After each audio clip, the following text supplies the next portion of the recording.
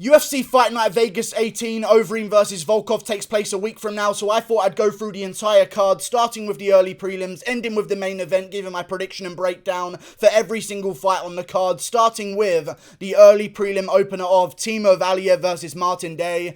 I feel like I'm just going to cut to the chase here. This is a lamb for slaughter in my opinion. Timo Valiev is an absolute savage, has fought top competition his entire career, lost one split decision really to Chris Gutierrez. That's one of his two losses, other than his first fight ever in a pro MMA bout. He lost that one to start things off. Since then, he's lost one to Chris Gutierrez by split decision. He then redeemed it because it was a bit of a robbery in an immediate rematch and dominated in the rematch there against Chris Gutierrez, who is also a UFC bantamweight as well. I feel like Timo Valiev, even though coming off a loss to Trevin Jones that then got overturned, by the way, to a no contest, he got KO'd there, but he completely dominated Trevin Jones in his UFC debut. Smacked him around the entire time, and he was so happy to smack around Trevin Jones. I think he just lost respect for Trevin Jones being a human being, and he thought he could do nothing to him whatsoever. So Trevin Jones eventually catches him on the chin in the middle of an exchange in the second round and puts him down and puts him out. Timo Valiev didn't take too much damage in that finish. I think he's going to bounce back against Martin Day, who's on a free fight losing streak right now. I just don't think Martin Day would have taken this bout unless he was on a free fight losing streak, because this is a very, very bad matchup for him. I think he gets finished in the first round by Timo Valiev.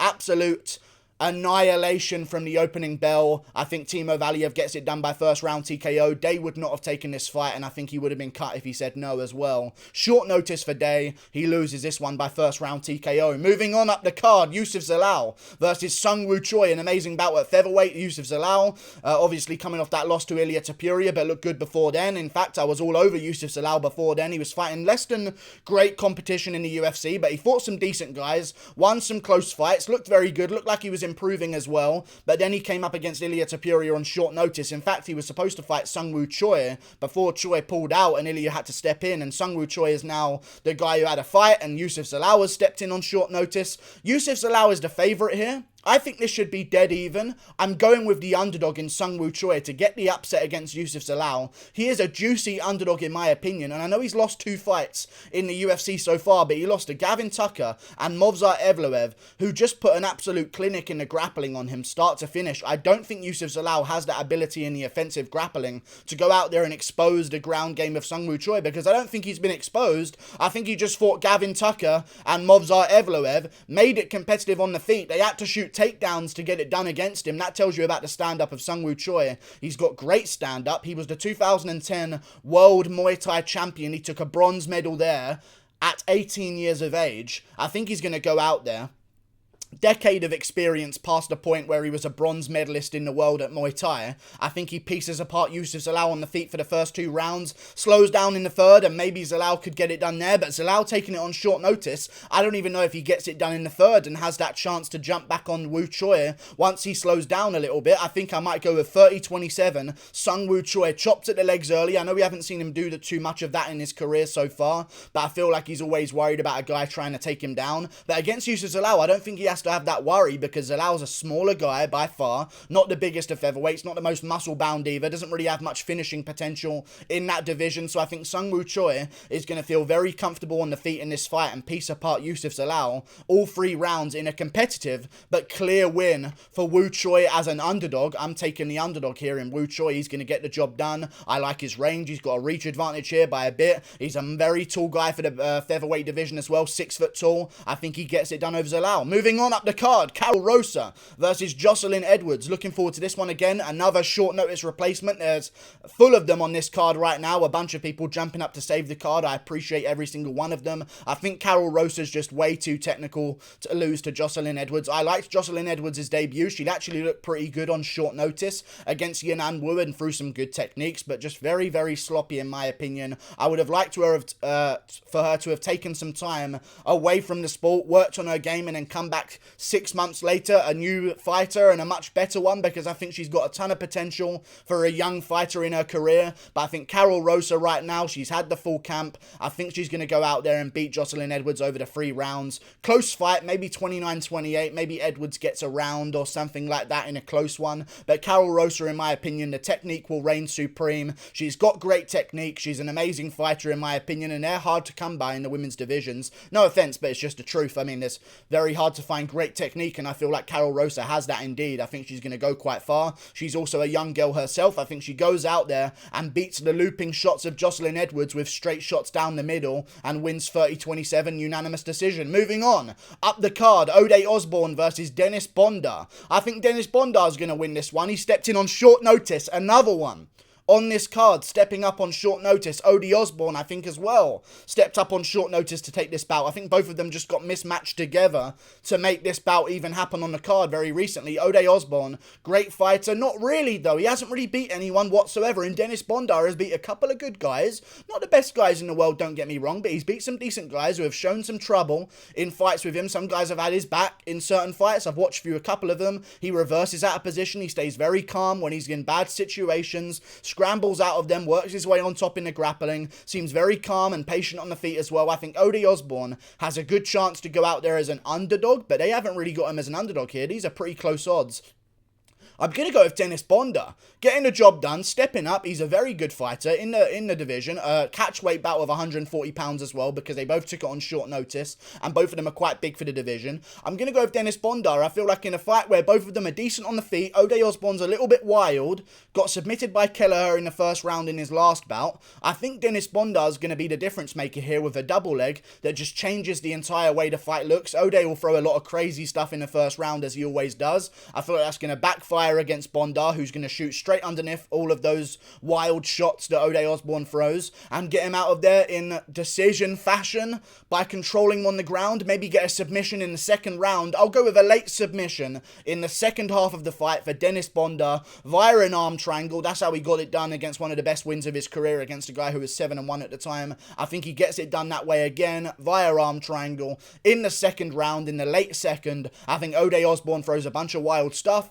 Bondar survives it, gets things to the ground, and Ode's going to regret throwing all of that wild stuff. He's going to be gassed out, and Bondar will reign supreme with a submission in the end of the second round. Moving on up the card, Devonte Smith versus Alex da Silva. I'm going to go with Alex da Silva. I think he's a slight favourite. I'm not even sure. I think it depends on what site you bet on right now. It's a bit of a weird one with Devonte Smith versus Alex da Silva, but in my opinion, I was not sold on Alex da Silva before the fight with Brad Riddell. I'm kind of sold. You know what I mean? Because we really didn't see him fight anyone too good whatsoever in his career, and he didn't look amazing in some of his losses in the UFC. But since then, I mean, he got a test in Brad Riddell, and I thought he was going to get completely blown out the water and be exposed as this can crusher. But in fact, I mean, he did okay against Brad Riddell. He looked good on the feet, good on the ground, great grappling skill, had some good takedowns in that bout. I think he'll go out there and the difference will be, again, in the case where both guys are very, very close on the feet, and overall the odds are razor close in this fight. I don't think anyone really knows who's going to win with 100%.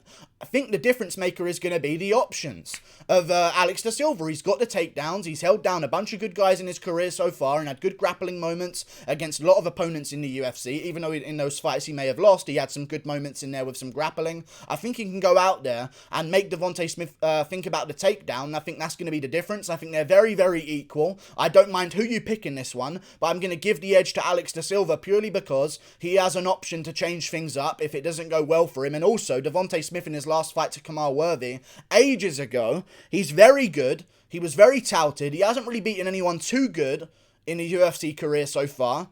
He got chinned so easily against Kamaru Worthy. That's a worry to me. That's a really big worry. I like Devonte Smith. He's got power. He's got fast hands. He's got a great personality as well, if you forget about that. But Devonte Smith, you can't get KO'd like that and expect me to put money on you or bet you to win or put my reputation on the line for you. He got chinned so easily. And coming off that KO loss where he got chinned so easily with one of the weakest looking punches I've ever seen in my life. And no disrespect, it just was one of the weakest looking fucking punches I've ever seen from Kamaru Worthy in my fucking life. And he got KO'd by it badly. And it's worrying. And I think that threat in his mind and the threat of the takedown is going to lead him to be a little bit gun-shy, and Alex da Silva will get it done by unanimous decision, 30-27, controlling the grappling and not losing on the feet. Moving on up the card, Michael Johnson versus Clay Guida is also on this card. I'm going to go with Michael Johnson here. I like Clay Guida. He's very good for his age, let's be real. He's had some good performances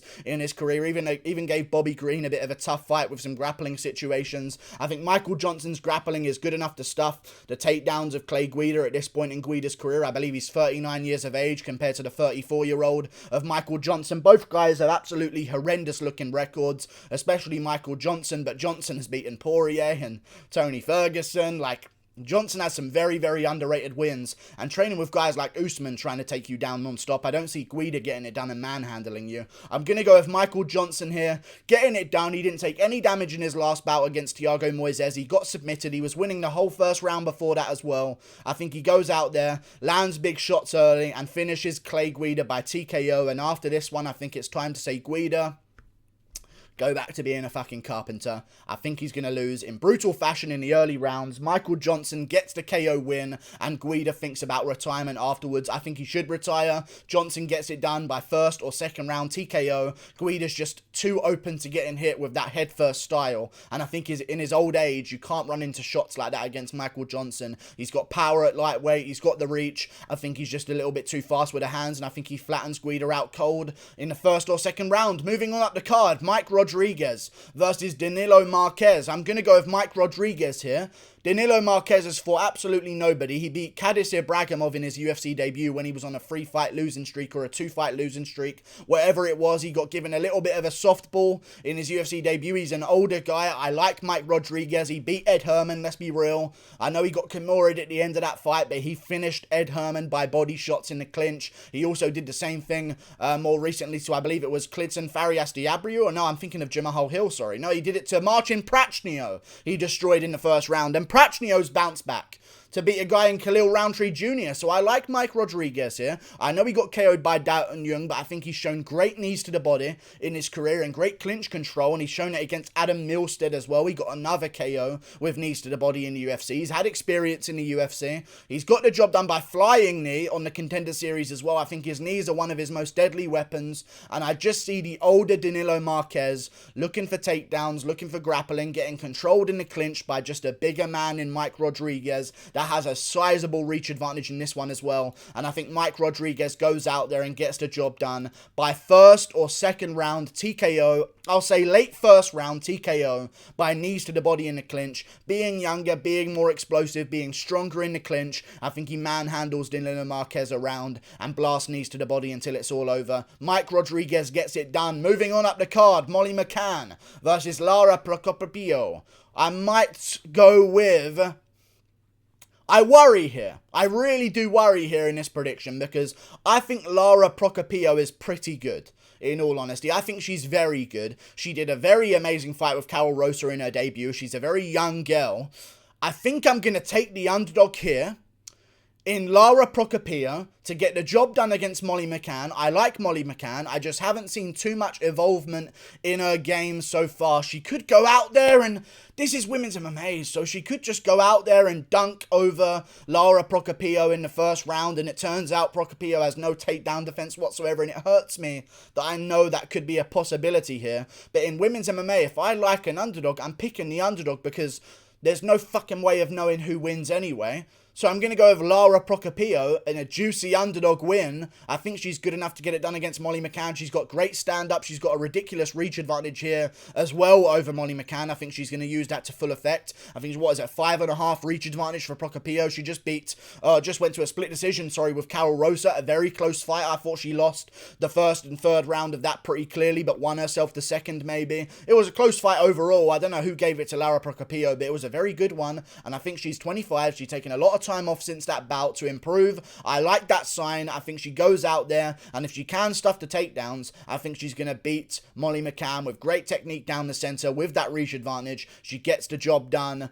by unanimous decision, 29-28 in a razor close one. I'd actually maybe say split decision. Molly McCann's going to get a couple of takedowns. She gets no control when she does get takedowns, so I don't think that's going to be a factor here. I'm going to go with Lara Procopio in an underdog win because I think this should be either way. And they've got Molly McCann as quite a massive, not a massive favourite, but like a reasonable favourite here. And I think it should be 50-50. I'm going to go with Lara Procopio getting the job done by decision in a close fight that goes either way. I give it to Lara Procopio. Moving on up the card to another fight that we have on the card. Where is the card? Here it is. No, we're on the main card now. Everything's going crazy all at once. I'm not expecting this. Carlos Diego Ferreira versus Beneil Dariush opens up the main card of this fight card.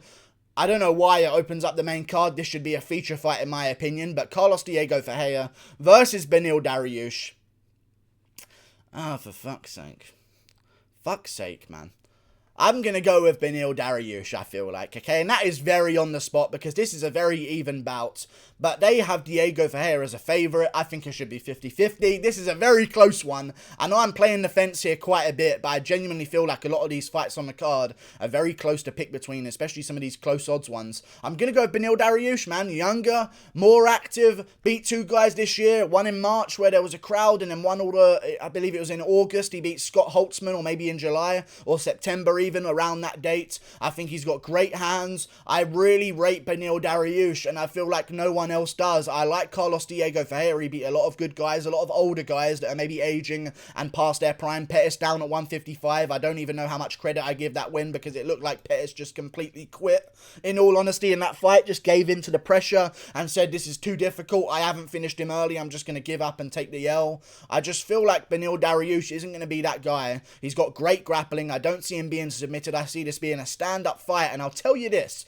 The more I watch through Beneil Dariush's opponents, I don't know what just happened to my throat just there, but the more I watch through Beneil Dariush's fights, even the Edson Barboza loss, anyone who can outstrike anyone who can outstrike Edson Barboza in the first and second round deserves the utmost respect. And Beneil Dariush is an absolute savage. He's beat Drew Dober. He's fought dangerous guys. Drakkar Klose came at him as well, looking for danger. Had the back of Drakkar Klose in that first round. Had the rear naked choke. I know they said it was a comeback win, but Dariush was in control of that fight. In fact, Drakkar Klose was resorting to finger manipulation on Beneil Dariush to avoid getting rear naked choked in that first round. I think Dariush's grappling is enough to keep him out of danger. Same with Carlos Diego Ferreira, so I think this will end up being a scrap on the feet the entire time, and Dariush's stand-up keeps on getting better and better, and I don't see the explosive Carlos Diego Ferreira anymore that we once did in his career, because he suffered for that style. He got KO'd by Dustin Poirier in the first round, and I think since then he's sort of gone back to a more... He's had some KOs early in his career, don't get me wrong. I think he had one over Kyle Nelson as well by KO early, but I feel like he's gone more towards a volume-based style, and I just don't see a guy who could outstrike Edson Barboza for the large part of 2 rounds, and very well outstrike Edson Barboza in those early rounds as well. Before getting flying kneed, I don't see Diego Ferreira hanging with Dariush on the feet. Maybe he could have a third round that's very good, and Dariush might slow down after the first 2. I think we see a 29-28 unanimous decision to Beneil Dariush. Carlos has the reach advantage. I don't think that's going to be a factor here. Dariush has got great accuracy. He's got good power as well. I think he's going to have the power advantage here. Just momentum-wise, activity-wise, in the close odds fights, these are the things you kind of have to look at right now. He's younger. He seems to be improving more and more between each bout. I think he goes out there, gets it done by 29-28, scrappy, unanimous decision. It may be a fight of the night performance from both of them. Moving on up the card, Cody Stamann versus Andre Ewell. I'm going to go with Cody Stamann getting the job done. I think this is a guarantee on the card, much like the opener of the early prelims. I think Cody Stamann goes out there and beats Andre Ewell in the grappling department very, very easily. I just think there's a level of grappling that you just can't overcome with any training that you do. Cody Stamann, for what it's worth, went out there against Aljamain Sterling, and before getting submitted in that second round, showed that he had Sterling's grappling figured out, stuffed every takedown, got some takedowns of his own, reversed certain positions on Sterling and got on top. Had a very good round, but started to slow down in that fight. He did the same thing against Kelleher as well, and even the same thing against Rivera. I just don't see Andre Ewell having the third round in him enough to take out Cody Stamann in the third and survive the onslaught of grappling in the early rounds. I think he's going to get submitted in round 1 or 2. I'll say by rear naked choke. I think Cody Stamann goes out there, double legs him immediately or single legs him, whatever he wants to do, and just manipulates him with the grappling so much it's going to look like a dad playing with his son out there. Stamann's grappling is on a completely different level. I think this is one of the locks of the card other than the early prelim opener. I think Stamann gets it done. I'll say by submission in the second round. Rear naked choke. I watched a Nathaniel Wood fight between Andre Ewell and Nathaniel Wood. It was like he was lost on his back. And he's had some great fights where he stood up with guys. Like even in a Jonathan Martinez bout. I'm not one of these guys like the UFC that loves Jonathan Martinez and just says that it was a robbery. That was a very close fight. I thought it went to Jonathan Martinez, but it was very close. Andre Ewell did a very good job in that fight, and no one gives that enough credit. I just feel like the way of beating him has been written now. The leg kicks and the takedowns. And I think Stamann can do that despite having a 10.5 reach disadvantage. A 10.5 reach disadvantage. Cody, the Tyrannosaurus Rex Stamann, is going to go out there and double leg his way to victory and just be too much in the grappling and get the submission win by rear naked choke in the second. Ewell's going to be swinging heavy, and because of those long arms, he's going to leave a bunch of space underneath those arms for Stamann to shoot under and get his takedown. Stamann gets it done. Moving on up the card, Alexandre Pantoja versus Manel Kape. I'm going to go with Alexandre Pantoja. I've been saying that I'm going to go with Manel Kape, but I've watched some Manel Kape bouts, and he did beat Kai Asakura, which is a good win, don't get me wrong. I just feel like in the UFC debut, this is a very, very close fight, I want to say before we even begin. Manel Kape is a slight underdog here. I just don't see him getting it done, man. Pantoja's got good stand-up. He's got a good chin. He's taken big shots off guys like Figueiredo for 3 rounds. He was still there in Figgy's face the entire time, even while being smacked around the octagon, and had some good moments in that fight as well, where he landed his own shots, but Figueiredo would just ignore them and land back with twice the power, and Pantoja would get rocked or hurt and then have to recover. I think he's shown great recovery time. He's got a great chin. He's fought great competition his entire career. He's more, experienced than Manel Kape. Manel Kape has had a year off now, has not fought since 2019. I think that's a bad sign here coming into your UFC debut. Pantoja fought recently this year, fought against Askarov, where he got taken down a bunch of times. Manel Kape likes to do a lot of his work on the feet, keeps his hands low. I don't like him keeping his hands low against a guy like Pantoja with those crazy hooks with great power. I think Pantoja's going to crack him on the chin to a unanimous decision win. 30-27. I'm not just going to believe Dan Hardy saying Alexandre Pantoja's turned a corner, because that doesn't mean anything to me. He's 30 years of age. He's very good. I'd like to see Manel Kape as a little bit of a bigger underdog if I'm going to risk a pick on him. I do think this is a very close fight, but I think the odds are very close. Because of how hyped up Manel Kape is, I just feel like that's not worthy odds for a close fight. I'm going to go with Alexandre Pantoja getting the job done. By 3rd round decision, Manel Kape loses and gets controlled the whole time. Manel Kape, in his last bout, he had shoes on. In a ring. These aren't normal things. This is going to be his first fight in a cage come Saturday night. So I don't see him getting the win here. It's going to be a foreign situation for him in the UFC. I think he had shoes on. He had shoes on over at Rising. That don't run here. It's going to be a weird situation in his debut, which is already going to cause him to be a little bit hesitant. And I think going out there against Pantoja is going to be a bit of a problem. I see him getting the job done by unanimous decision, outstriking Manel Kape for 3 rounds, and he gets the job done there. I just don't think Kape's a big enough underdog to risk the win going for him. I'm going to go with Pantoja, who I think should be maybe like a sizable favourite. Not a 2-1 or anything, but just a juicy favourite. I think Pantoja should be more of a favourite, and I'm not going to risk the odds on Manel Kape. He should be more of an underdog, and he's not. Moving on up the card, Marion Renau versus Macy Chiasson. Renau's 43, Chiasson's 29. Chiasson's bigger. She's stronger in the clinch, in my opinion. She's 72-inch reach, got the advantage there. There's not really much skill to break down here. I just feel like we're kind of seeing Renau on the slide of her career. She's on a 3-fight losing streak. In her last bout, she got completely annihilated by Raquel Pennington. Every single round, she just got outstruck and bullied around. I feel like she's lost a bit of that strength and the athleticism that she used to have in her career. And Macy Chiasson being a bigger girl, and the reach advantage, of course, and the range, and she's very scrappy, and she's younger, so she's going to be making improvements. That Renau, I just feel like, is just losing her ability at the moment in her career. Free losing streak right now. 3 losses in a row. I don't see it changing around here against Chiasson. I think Chiasson gets the job done by unanimous decision, 30-27. Clinch fight. Wins the clinch situations against Renau, being bigger, being taller, wins with the underhooks, knees to the body, stuff like that. Macy Chiasson gets the job done. Moving on to the co-main event. Cory Sandhagen versus Frankie Edgar takes place in the co-main event of this bout. This should be a main event of some cards. I'll be honest with you guys. I like this fight so much. Cory Sandhagen should not be that much of a favourite. So if you want to make some money, maybe risk it on Frankie Edgar. I think Sandhagen should be maybe a 2-1 favourite. I believe he's a 4-1 favourite right now. A -440 favourite over Frankie Edgar. That is just absolutely criminal in my opinion. He should be a 2-1. It's a very close fight. It's not a close fight whatsoever. Sandhagen's going to win. But give Edgar some respect because he has a chance with the grappling. And I know he didn't use that against Pedro Munoz, but Munoz is a savage in jiu-jitsu and he can latch up your neck like that real quick if you shoot a bad shot. And I like Frankie Edgar's grappling. I feel like Cory Sandhagen, a lot of people put his grappling down to his fight with Aljamain Sterling, which I think is very unfair because Aljamain Sterling climbed up the cage with his foot, stuck his foot in the cage, used it to bounce himself upwards onto Cory Sandhagen's back and sink the hook in.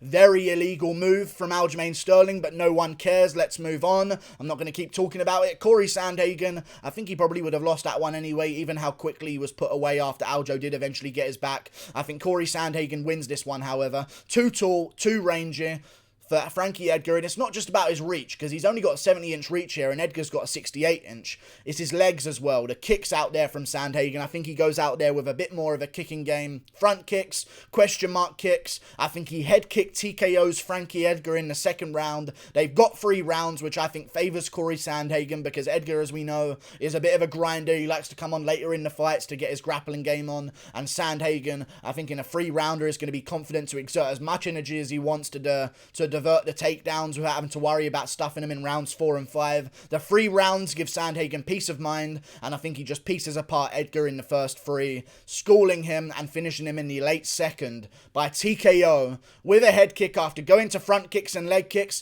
he's going to switch it into that question mark kick, rock Frankie Edgar, and then put him away with strikes afterwards. I mean, the Cory Sandhagen that we saw against Marlon Moraes was just beautiful. And I don't give Rob Font too much credit for his win, because he had a great performance, but that was Moraes after 2 months being removed from a KO loss to Cory Sandhagen because he thought it wasn't that damaging when he got wheel kicked and finished with strikes afterwards. Cory Sandhagen goes out there, gets the job done by TKO, and I think he finishes Edgar quite badly, in all honesty. He's a savage, man, and his performance against Moraes just showed the improvements that he's made in his game. I think he stuffed the takedowns well. Sansao tried to take him down, but Sandhagen gets right back up every time, scrambles every takedown, gets out of the situations. He's very tall, so he's hard to keep down in general. Aljo did things standing up, first of all, with a standing rear naked choke. Then he brought it to the ground once he had the back already. But typically, once you take down Cory Sandhagen, he's not an easy guy to keep there whatsoever because he's got so much leverage because of his length. I think he gives Edgar problems there, and eventually TKOs him in the second round. Sandhagen gets it done. Moving on up the card. Also, Edgar's a boxer, and he's going in against Sandhagen's range. Problem to me, man. Big problem. Shouldn't be that much of an underdog, but Sandhagen rightfully wins. Moving on up the card, Alistair Overeem versus Alexander Volkov.